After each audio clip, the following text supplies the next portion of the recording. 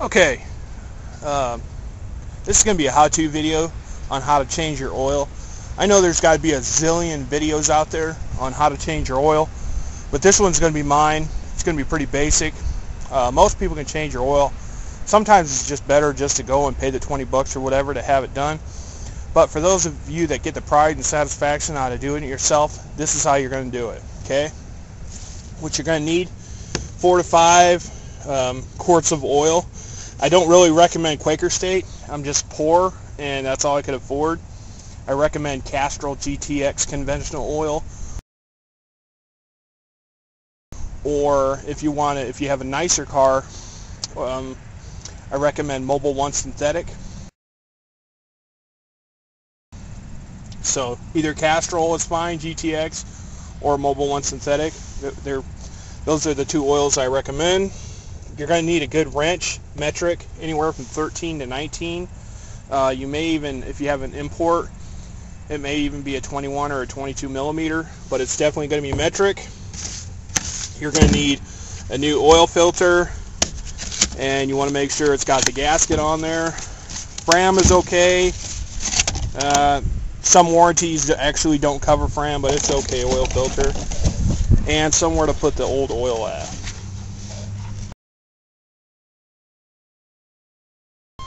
Okay, this is going to be when to change your oil. Oil gets changed anywhere from 3,000 to 5,000 miles. Most manufacturers and warranties tell you to do it in 3,000 miles. Some warranties for GM tell you to do it in 5,000 miles. It's really up to you and when you're going to change it. Most places that put a change oil sticker or mileage or whatever, but I can tell when my oil needs to be changed because I just look at the dipstick. But it takes a long time for you to realize how to do that, and it's just best to do it every 3,000 miles. That's why I recommend usually using a Castrol GTX cheaper conventional oil. I mean, Mobil 1 synthetic will give you about 5 to 10 to 15,000 miles on each oil change, but I just like doing with my POS vehicles and my POS series of fleet vehicles, you know, I just do it every 3,000 miles with a cheaper oil, and that usually works for me.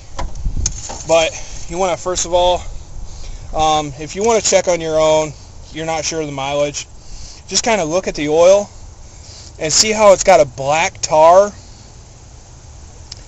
See how it's not really clear. I don't know how well you can see that because it's YouTube and all, but a byproduct of gasoline burning is carbon, and your oil will start sludging up from all the carbon and overheating. And if you take oil on your finger and see how it's nice and black like that, that means it needs to be changed. And then you can smell it. If it's got like a burnt smell to it, that's an indicator it needs to be changed. The best way to look at oil, see if it needs to be changed, is keep an eye on the mileage, but you can't always do that. When in doubt, just change it out. I just made that up, but works, you know. Okay, the first thing you want to do when you're changing the oil is find the oil cap. Usually it says what type of oil you want on the oil cap. Like, for instance, this oil says 5W30, and it's okay to run 10W30 and 5W30. In the summertime, you want 10W30. In the wintertime, you want 5W30. The difference between the 10 and the 5, the 10, the first number, the W means winter, which means it's okay to run at winter. The first number is the viscosity that it is when the oil's cold. So your first number is 5 or 10 or sometimes 15 in diesels, or if you want to run a thicker oil. If you think of it this way, the viscosity of water is 0. So your viscosity, the higher the number, the stickier and thicker it is.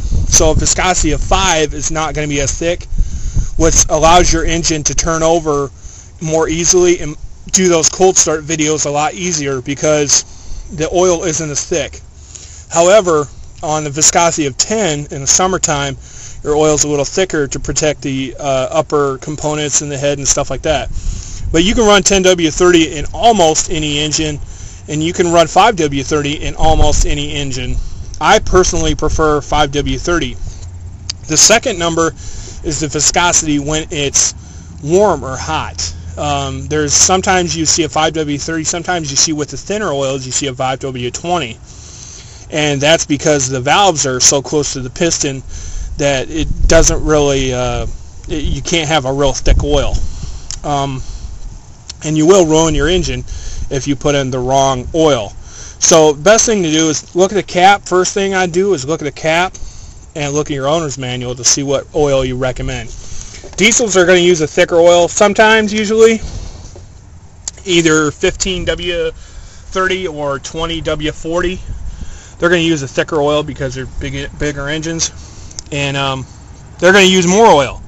Some diesels could use 9 quarts, 10 quarts, 30 quarts on the semis, you know, whatever. But definitely something to look at. But you want to take your cap and you want to take it off, okay? And you can have the engine warm a little bit, and that's okay, but we're not going to.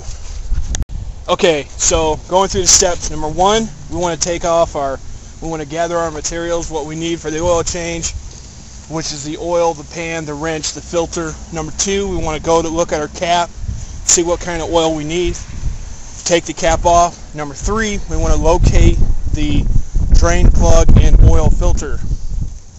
And we do that by going underneath. Most cars you're going to have to jack up, but since this is a truck and it rides high enough, and I'm not so fat that I can't fit up underneath it yet, so you're going to, when you get up underneath your vehicle, you're going to have 2 things. You're going to have your transmission and your engine.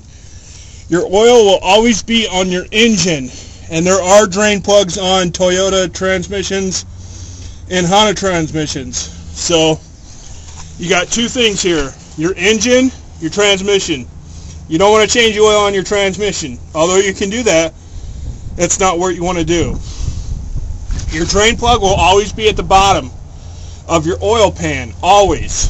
So see, we have our oil pan. This is our oil pan for our engine. This is our transmission.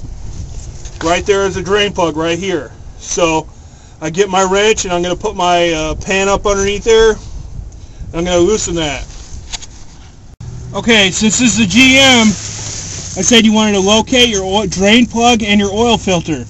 There's my oil filter, there's my drain plug. They're not always going to be this easy, but in this particular case there is. Because you need to find your oil filter, because you're going to loosen that right after you loosen your drain plug. Okay, now that I've got my drain plug loosened with my wrench, and I recommend you using a wrench and not a socket wrench, because the socket wrench can over tighten the drain plug and strip it out. And I know there's going to be some asshat on here that's going to say, oh, I use a wrench all the time, and I use a socket all the time, and it works for me, man. Well, that's fine. If it works for you, fine. But I recommend you using a wrench. That way you can feel how tight you're tightening the bolt. Okay, here we go.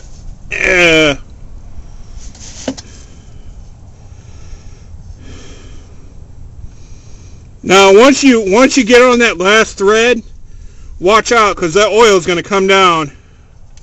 And if the engine's hot, you're going to get, see, there we go, got it. And if that oil's hot, you're going to get burned with hot oil, and that sucks. So let that all drain out. I like to let it drain for a long time. That way you get the sludge. And since the oil filter is there, I'm going to pull that as well.